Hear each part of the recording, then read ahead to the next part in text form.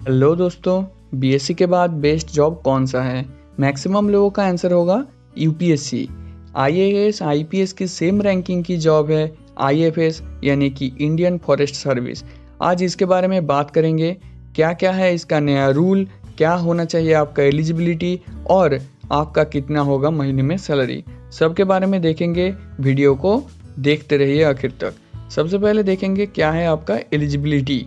Bachelor degree with one of the subject animal husbandry, veterinary science, botany, chemistry, geology, mathematics, statistics, physics, zoology, agriculture, forestry या फिर engineering के किसी भी branch से BTech degree आपके पास होना चाहिए, तब आप एग्ज़ाम के लिए एलिजिबल होंगे। इसके आगे देखेंगे आपका कितना होना चाहिए मैक्सिमम एज लिमिट और कितने बार आप एग्ज़ाम दे पाएंगे।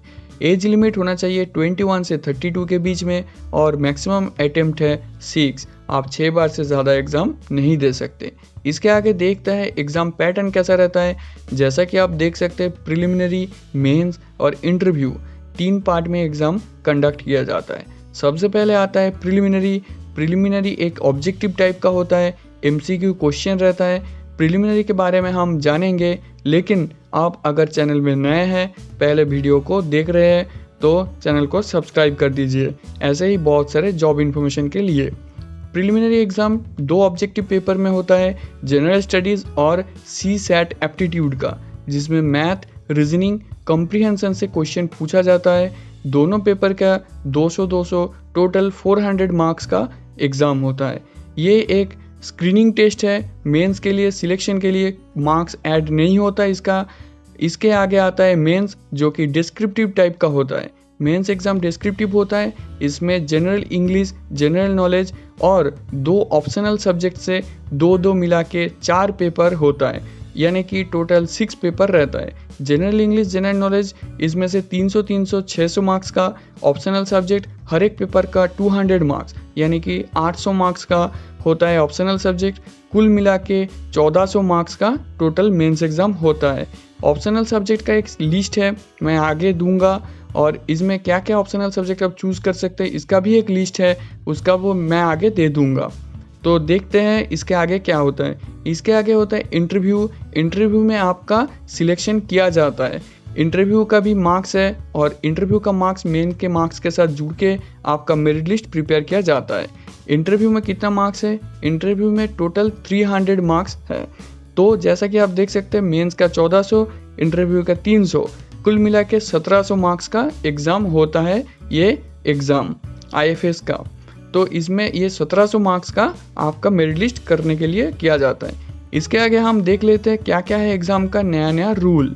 तो एग्ज़ाम रूल्स जो कि है, सबसे पहले देखते हैं medium of question paper both English and Hindi, यानी कि क्वेश्चन पेपर इंग्लिश और हिंदी दोनों लैंग्वेज में होगा।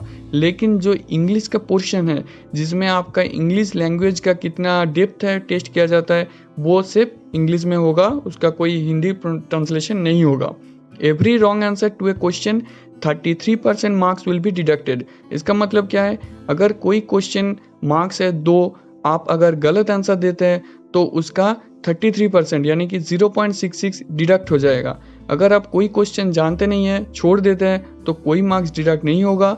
अगर आप एमसीक्यू में 2 आंसर करके आते हैं, यानी कि एमसीक्यू ओएमआर सीट पे 2 अटेम्प्ट कर देते हैं, तो भी आपका 33% मार्क्स डिडक्ट होगा, वो रॉन्ग आंसर काउंट होगा। Candidate must write the paper themselves. इसका क्या मतलब है? कैंडिडेट को खुद अपना एग्ज़ाम देना पड़ेगा, कोई कैंडिडेट की जगह एग्ज़ाम नहीं दे सकता। लेकिन अगर आप फिजिकली डिसेबल्ड हैं, यानी कि अगर आप ब्लाइंड है, तो आप राइटर ले सकते हैं परमिशन करने के बाद। UPSC has right to fix qualifying marks in any or all the paper of the examination. ये बहुत ही इंपॉर्टेंट रूल है, यानी कि यूपीएससी के पास पूरा राइट है, वो क्वालिफाइंग मार्क्स यानी कि जो मार्क्स आपको क्वालिफाई करने के लिए चाहिए वो तय कर सकते हैं। ये कोई भी एक पेपर के लिए या फिर सभी पेपर के लिए कर सकते हैं। Marks can be deducted if candidates handwriting is not clear. अगर आपका हैंडराइटिंग इतना अच्छा नहीं है और वो एलिजिबल नहीं है, पढ़ नहीं सकते, तो आपका मार्क्स डिडक्ट किया जाएगा। Credit will be given for orderly, effective and exact expressions in exact word. बहुत ही इंपॉर्टेंट रूल है। मतलब क्या है ना, अगर आप सबसे कम शब्द में सबसे सही आंसर देते हैं तो आपको ज़्यादा क्रेडिट मिलेगा। आंसर आपका टू द पॉइंट होना चाहिए, अच्छा होना चाहिए और परफेक्ट होना चाहिए, तब आपको ज़्यादा क्रेडिट मिलेगा कोई एक जो बहुत ज़्यादा लंबा लिखा है आंसर उससे। इसके आगे हम देख लेंगे कि ये एग्ज़ाम के लिए ऑप्शनल सब्जेक्ट का जो लिस्ट है वो लिस्ट क्या है, क्या क्या सब्जेक्ट आप ऑप्शनल की तरह चूज़ कर सकते हैं। इसका एक बहुत लंबा लिस्ट है। Agriculture, forestry, agriculture engineering, geology, animal husbandry, mathematics, botany, mechanical engineering, chemistry, physics, chemical engineering, statistics, civil engineering, zoology, ये सब है ऑप्शनल सब्जेक्ट का लिस्ट। आप इसमें से कोई सब्जेक्ट, कोई 2 सब्जेक्ट चूज़ कर सकते हैं, लेकिन आप कौन सा सब्जेक्ट चूज़ करेंगे इसका भी एक लिस्ट है। आप 2 सब्जेक्ट जो आपके मन में आए चूज़ नहीं कर सकते। तो क्या क्या सब्जेक्ट आप चूज़ नहीं कर सकते उसका हम लिस्ट दे रहे हैं। सबसे पहले देख लेते हैं एग्रीकल्चर और एग्रीकल्चर इंजीनियरिंग आप नहीं चूज़ कर सकते एक साथ। एग्रीकल्चर एनिमल हस्बेंड्री चूज़ नहीं कर सकते, एग्रीकल्चर और फॉरेस्ट्री भी चूज़ नहीं कर सकते, केमिस्ट्री और केमिकल इंजीनियरिंग चूज़ नहीं कर सकते, मैथमेटिक्स स्टैटिस्टिक्स चूज़ नहीं कर सकते, और आप इंजीनियरिंग के 2 सब्जेक्ट चूज़ नहीं कर सकते, जैसे कि chemical engineering, agriculture engineering choose नहीं कर सकते। ऐसा ही तो कोई भी 2 सेम टाइप के सब्जेक्ट आप चूज़ नहीं कर सकते, आपको 2 अलग अलग सब्जेक्ट चूज़ करना पड़ेगा। इसके आगे हम देखेंगे इस जॉब का क्या क्या होता है, पर्क्स क्या होता है, सैलरी और क्या मिलता है बेनिफिट्स। सबसे पहले हम बात कर लेंगे इस जॉब का सैलरी का।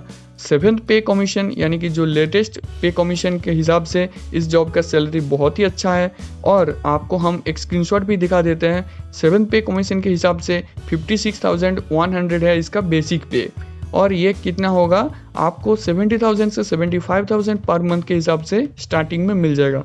जैसा जैसा आपका प्रमोशन होगा सैलरी उतना ही आपका इंक्रीज होता जाएगा। आपको महीने में कम से कम 1.5 से 2 लाख के आसपास भी मिल सकता है जब आप प्रमोशन हो जाएगा। आपको बहुत सारे एक्स्ट्रा बेनिफिट्स भी मिलता है, जैसे कि टेलीफोन बिल, हाउस रेंट, ये सब मिलता है, अच्छा बांग्लो मिलता है रहने के लिए, ये सब बेनिफिट्स भी मिलता है। लेकिन बॉडीगार्ड नहीं मिलता क्योंकि ये फील्ड जॉब इतना ज़्यादा नहीं है, आपको लोगों के साथ ज़्यादा इंटरेक्ट करने का ज़रूरत नहीं होता है। उम्मीद करते हैं वीडियो आपको अच्छा लगा। चैनल को लाइक करिए, सब्सक्राइब करिए और वीडियो को शेयर करिए। Thank you.